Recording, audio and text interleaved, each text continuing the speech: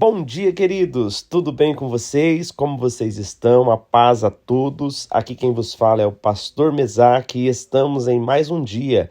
Hoje meditaremos na segunda carta de Pedro.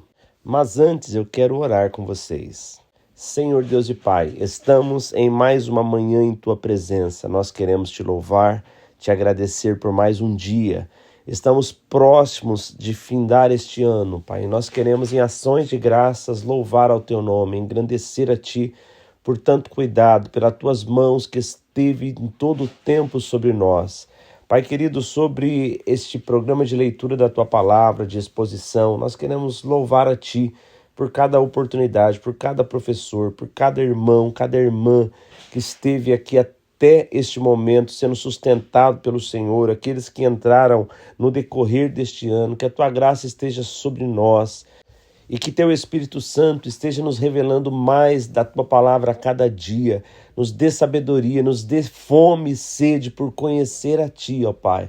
Nós Te louvamos e Te agradecemos em o nome do Senhor Jesus. Amém. A primeira carta de Pedro foi escrita com o objetivo de encorajar os irmãos e fortalecê-los com relação à tribulação, perseguição e sofrimento. Já a segunda carta de Pedro foi escrita para ajudá-los a combater os falsos ensinos e as heresias que se espalhavam na igreja. Foi escrita pelo próprio Pedro por volta dos anos 65 a 68 da era cristã. Provavelmente ele estava em Roma quando escreveu a carta. E baseado nos versículos 13 ao 15 do capítulo 1, acredita-se que ele tenha escrito esta carta pouco antes de sua morte. No capítulo 1, o apóstolo Pedro saúda a igreja desejando que a bênção de Deus permaneça sobre o seu povo e dizendo que tudo o que precisamos vem de Jesus Cristo. Para evitar tropeços na fé é necessário que cresçamos. Isso será por meio da virtude, conhecimento, domínio próprio, perseverança, piedade, fraternidade e amor. Pedro cita o seu testemunho presencial do ministério do Senhor Jesus, para que os cristãos saibam que o seu testemunho é extremamente valioso e verdadeiro. E a autoridade das Escrituras é completamente divina. Sua origem não é humana, ela vem da parte de Deus. Dos versículos 1 ao 4, Pedro começa a carta com uma mensagem de confiança e suficiência em Cristo. Ele ressalta que Deus já nos deu tudo o que precisamos para viver uma vida piedosa, baseada no conhecimento íntimo de Cristo.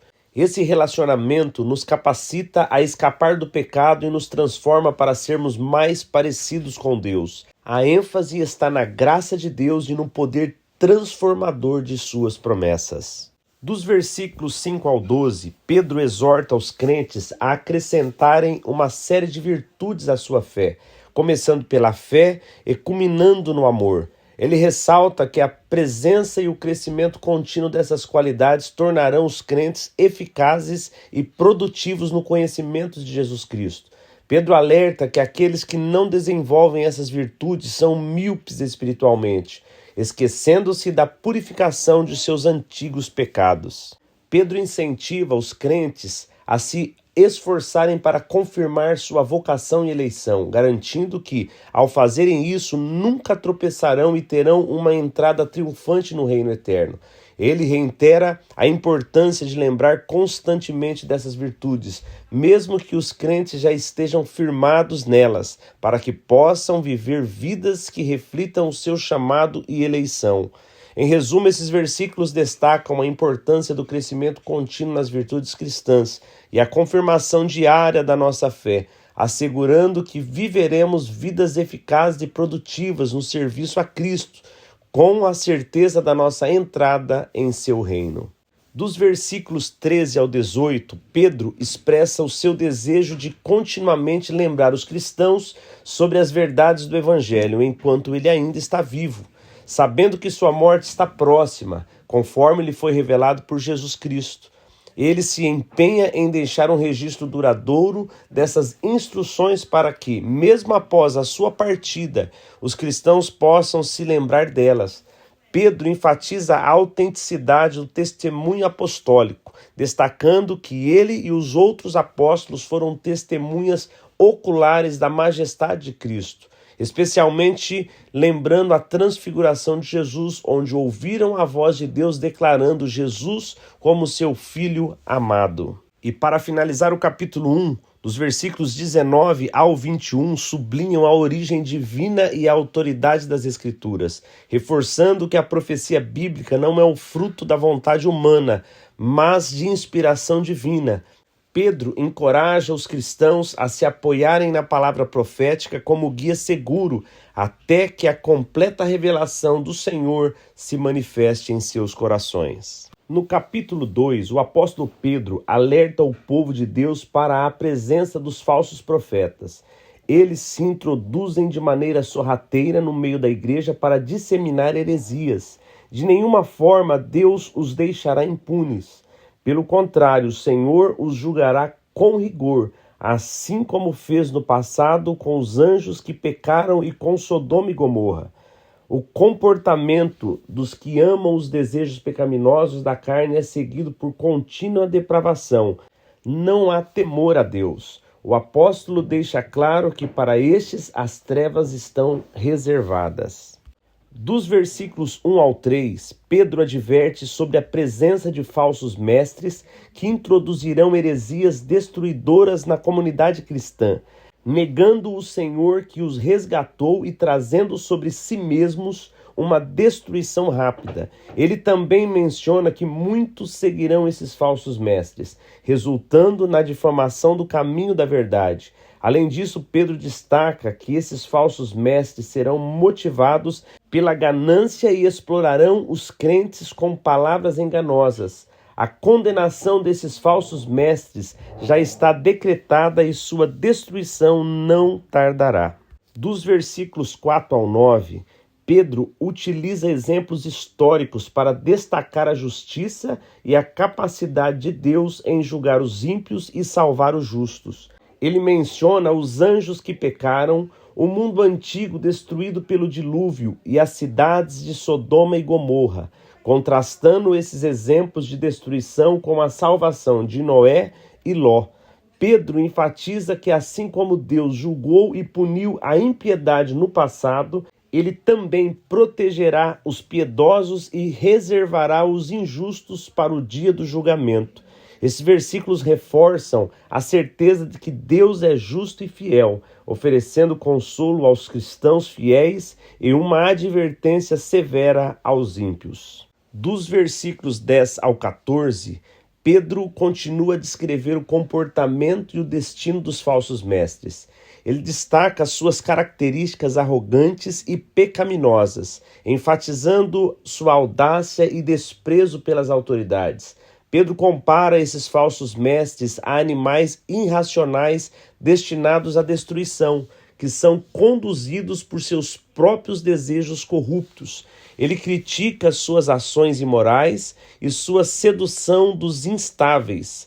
A conclusão desses versículos reforça a ideia de que, embora os falsos mestres possam prosperar temporariamente, eles estão destinados à ruína e à punição devido à sua conduta perversa. Em resumo, esses versículos alertam os crentes sobre o perigo dos falsos mestres e reafirmam a certeza de que Deus julgará e punirá aqueles que promovem a impiedade e a imoralidade.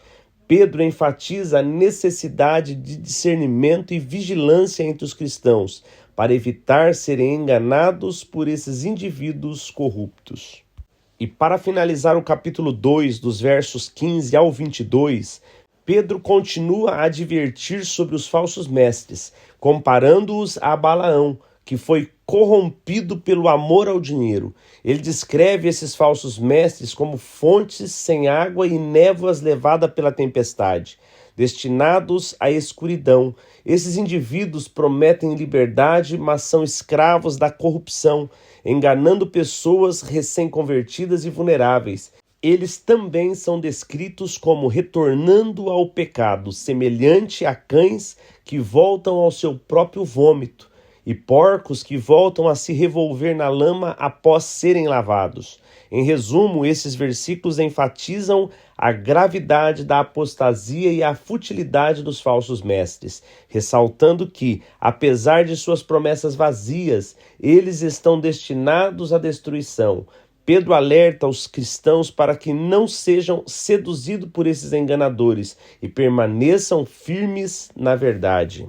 No capítulo 3, o apóstolo Pedro nos ensina sobre os últimos dias. Muitos consideram a volta de Jesus Cristo como algo demorado e que não irá mais acontecer. Pedro adverte que o tempo para Deus funciona de maneira diferente e alerta para a sua fidelidade. Nenhuma de suas promessas deixou de ser cumprida.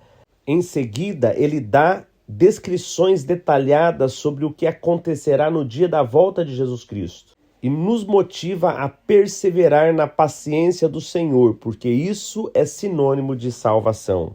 Dos versículos 1 ao 3, Pedro afirma que esta é a segunda carta que ele escreve aos cristãos, com o propósito de relembrá-los e despertar suas mentes puras, para que se lembre das palavras dos santos profetas e do mandamento do Senhor e Salvador transmitido pelos apóstolos.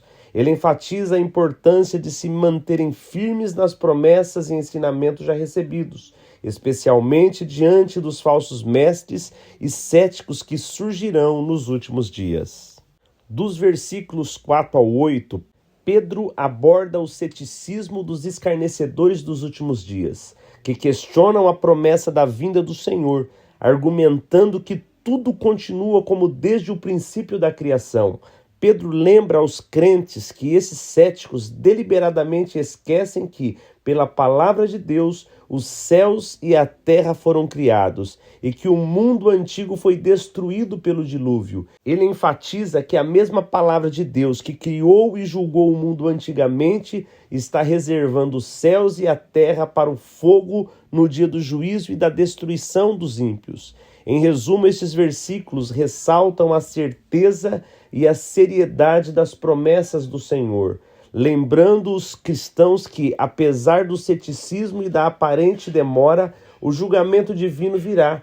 Pedro encoraja os cristãos a não serem desencorajados pelos escarnecedores, mas a manterem firme a esperança na vinda do Senhor.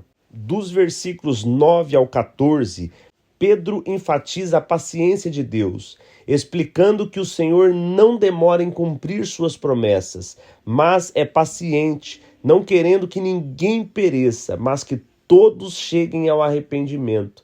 Pedro afirma que o dia do Senhor virá como um ladrão, no qual os céus desaparecerão com grande estrondo, os elementos serão destruídos pelo fogo e a terra e tudo que nela há serão desnudados. Diante dessa perspectiva, Pedro exorta os cristãos a viverem de maneira santa e piedosa, esperando e apressando a vinda do Senhor, quando os céus em chamas serão dissolvidos e os elementos derreterão pelo fogo. Ele conclui incentivando-os a buscar novos céus e nova terra, onde habita a justiça, e a esforçarem-se para serem encontrados por Deus em paz, imaculados e irrepreensíveis. Em resumo, esses versículos destacam a paciência de Deus e a certeza do julgamento futuro e a necessidade de viver de uma forma santa e piedosa, aguardando a promessa de novos céus e uma nova terra.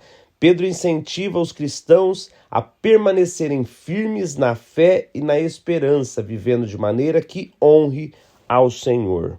E para finalizar o capítulo 3, dos versos 15 ao 18, Pedro exorta os cristãos a considerarem a paciência do nosso Senhor como uma oportunidade para a salvação. Ele menciona que Paulo também escreveu sobre esses temas com a sabedoria que lhe foi dada. Embora reconheça que algumas coisas das cartas de Paulo são difíceis de entender e que pessoas ignorantes e instáveis distorcem essas passagens, como fazem com as demais escrituras, para a própria destruição. Pedro então adverte os cristãos que já estão avisados antecipadamente a se guardarem para não serem arrastados pelo erro dos ímpios e perderem a sua firmeza. Em vez disso, devem crescer na graça e no conhecimento de nosso Senhor e Salvador Jesus Cristo. Pedro termina com uma doxologia, atribuindo a glória a Jesus Cristo agora e para sempre. Em resumo, esses versículos finais reforçam a importância de aproveitar a paciência de Deus como uma chance para o arrependimento e salvação, a necessidade de estar vigilante contra as distorções das Escrituras e de crescer continuamente na fé e no conhecimento de Cristo. Pedro finaliza com uma exaltação a Jesus, reafirmando a centralidade de Cristo em tudo. Queridos, e assim finalizamos mais uma carta, mais uma etapa da nossa exposição da palavra do Senhor. E a reflexão de hoje é olhar para esta carta e ver como ela é atual. Se Pedro estivesse escrevendo agora para a igreja do ano de 2024, ela estaria tão atual como quando ele escreveu a seu tempo.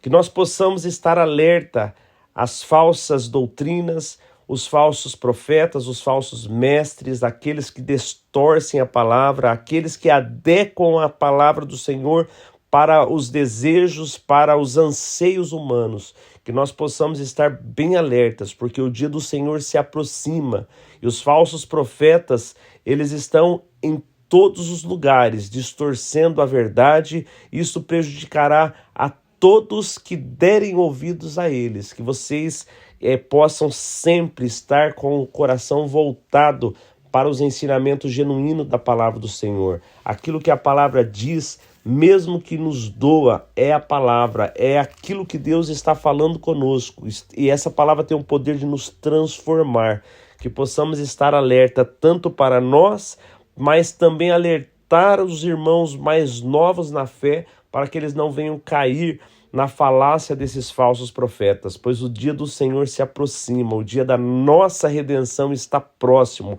Jesus breve virá e não tardará. E como Pedro diz nessa carta, que nós possamos aproveitar a paciência do Senhor e olhar como uma oportunidade de salvação para que ninguém se perca, que nós possamos apressar a vinda de Cristo de forma a divulgar, a pregar o Evangelho, a ter uma vida piedosa, que as pessoas possam enxergar em nós virtudes do Senhor, que elas olhem para mim e para você, e que nós sejamos motivos delas quererem conhecer ao Senhor através da forma piedosa que elas encontram-nos vivendo, ou resolvendo, ou fazendo, demonstrando, que possamos ser um testemunho vivo, uma carta aberta de Cristo às pessoas que ainda não encontraram essa salvação. Queridos, que Deus os abençoe, que Deus dê a cada um de vocês uma bênção especial neste fim de ano e que vocês possam concluir essa leitura da Bíblia. E o ano que vem eu tenho certeza que o Senhor terá mais revelações para nós em toda a tua palavra. Que Deus os abençoe grandemente e até a próxima oportunidade, em nome de Jesus.